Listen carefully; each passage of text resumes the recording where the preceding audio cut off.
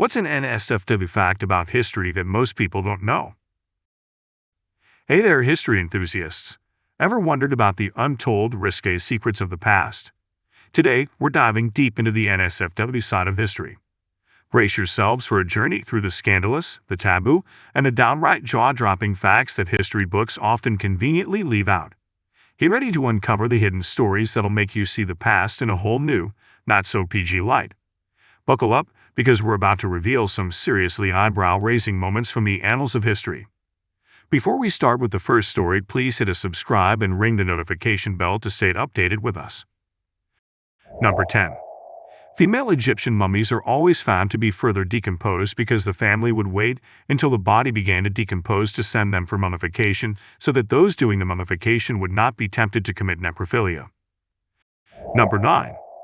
Cleopatra was the product of 4 consecutive generations of brother-sister marriages. Her family wanted to keep their bloodline pure. And you thought the Lannisters were bad. Ancient Egyptian royalty were big on brother-sister and father-daughter marriages. Thus, you had pharaohs like Akhenaten, who married his sister, who'd been previously married to their father, Cinnamon, his cousin Nefertiti, and 3 of his own daughters. When he died, one of those daughters, Cinnamon, would marry his son Tutankhamun. Depending on the source, Akhenaten may have also married his own mother, which was one of the only 2 forbidden sexual unions. Number 8.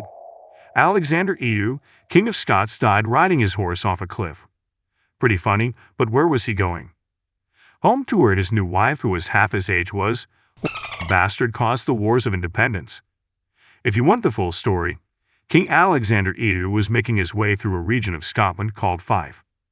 A freak storm hit whilst he was traveling, and he fell off and broke his neck. He had no male heirs, and the only legitimate heir was Margaret, his granddaughter, an 8-year-old girl in Norway, who promptly died on the passage back to Scotland. Now there were 13 claimants to the Scottish throne, and for some freaking reason the nobles asked King Edward I of England to be the moderator. Surprise, he chose the weakest claimant, John Balliol, and turned Scotland into a puppet state.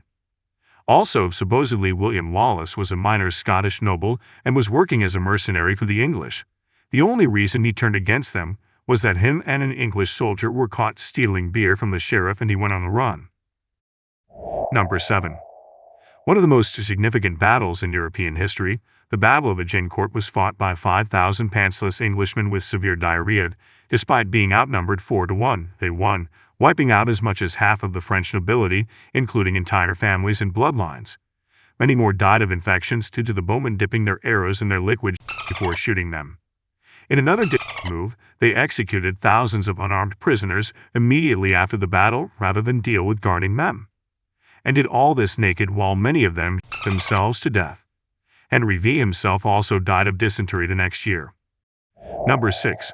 Mother Teresa believed that the poor had to stay poor because, and I quote, "there is something beautiful in seeing the poor accept their lot, to suffer it like Christ's passion. The world gains much from their suffering." She also restricted them from receiving adequate medical care, although she herself got premium healthcare services when she got sick. In 16th century Egypt, something called mummy brown was super in demand. It was a natural organic dye made by grinding real mummies into pigment, I shit you not, and selling it to European customers to use in paints, shading, and glazes. It was supposedly great for painting human tones, and it was transparent. They used cat mummies too, when human mummies were out or if they were too expensive. Cesare Borgia, one of Italy's infamous historical bad boys and Pope Alexander VI's son, held an orgy in the Pope's residence at the Vatican one night. One of the alleged and more infamous activities that went on during the orgy was the banquet of chestnuts. They put candlesticks on the floor, scattered a lot of chestnuts next to them, and had over 50 naked prostitutes crawl on all fours along with their guests, trying to pick them up with their mouths. The Pope was among the spectators. He'd also had a mistress problem, the Pope, not just his son. Pol Pot, a Cambodian dictator, cut off the fingers of men he had a problem with and made their wives eat them. Number 5. It was believed by the Romans, then by most doctors within the medieval period, that pus was a necessary component of a wound healing. See, infections were common, but if you weren't already ill, old, young, weak, or unlucky enough to get a really bad infection, your immune system would fight it off, and the wound would close after a while of leaking pus and fluid. Plus, wounds and the like were so common and obvious that we've had a pretty good idea of how to treat them effectively for a long time. Unfortunately, this belief led to the use of hot irons, dirt, and other horrible things in order to induce the formation of pus. Talking of ancient surgery, the ancient Egyptians may have been the first to practice cataract surgery through a technique called couching. Here you push the lens up and away from where it normally sits. You can't focus anymore, but you're also not going blind from cataracts. This was practiced over 4,000 years ago. Couching was regularly carried out until the 18th century in Europe. The Arabic world may have used a slightly better version where the lens is sucked out through a tube, but how much it was used is debated. It took until 1884 for a local anesthetic to be used. Did you know that the Byzantines practiced breast mastectomies in the case of breast cancer? This consisted of slowly cutting the breast away and cauterizing the wound in steps. Cut, cauterize, cut, cauterize. Undoubtedly, this was hideously painful, but may have been voluntarily carried out by Mary of Egypt, an early Christian figure for whom there is some evidence pointing to them being one of the number of, presumably, trans men who joined monasteries or became hermits and lived as men through history. Number 4. After the Allies invaded and occupied Germany, they, mostly Russians like 99%, started raping every woman and child they saw. If you were a female aged between 8 and 80, you were getting raped. It went on for months. Every night was filed with the screams of women and children. One media correspondent described it as an army of rapists. Women were begging to be killed just so they would be raped anymore. The Russians laughed. They made some excuse like it was revenge for a similar act the Germans had done to Russian women. But I don't buy that for a second. You don't do that just because someone else did it. And you certainly wouldn't revel in it like they did. Number 3. Lobotomies aren't that old and ran well into your parents' age before the medical industry cracked down on them. They were outpatient procedures. A man who was lobotomized in the 70s, I think, wrote a book called My Lobotomy. It's simple to read due to his decreased mental capacity. He researches why it happened to him. It's pretty far down the rabbit hole when the doctor who did it dies and the patient notes are released to him. He told one story of going on a tour with his doctor and other kids to medical conventions where his doctor tried to convince others of the benefits. He mentioned one girl could barrel stand, peed herself on stage, and they were booed off the stage. It's pretty sad to read, but I'll never forget it. Number 2. In elementary school, when I learned about the great American myth of the Pilgrims and Thanksgiving, there was one question I'd always had that was never answered. Did Squanto speak English or what? He is talked about as this great helper who saved the Pilgrims, but it confused me. How could he communicate with them?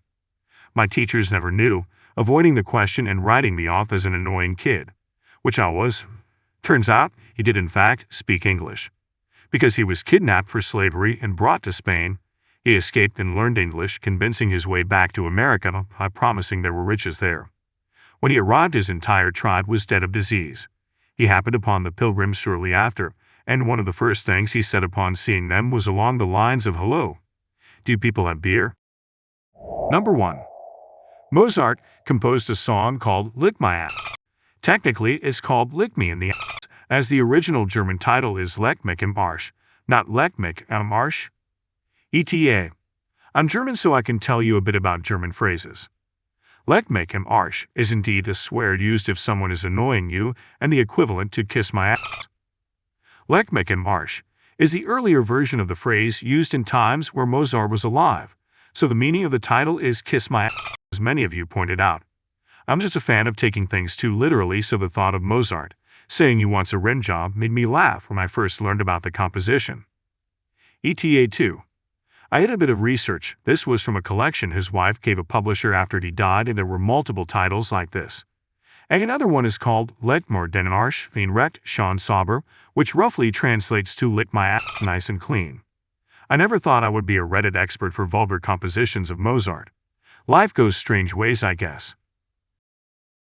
As we wrap up this wild ride through the NSFW side of history, remember that while some stories might shock us, they also teach us about the complexities and realities of the past.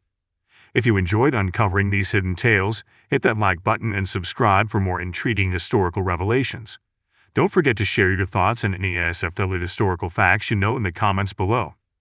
Thanks for joining us on this eye-opening journey, and until next time, stay curious and keep exploring the lesser-known chapters of our fascinating history.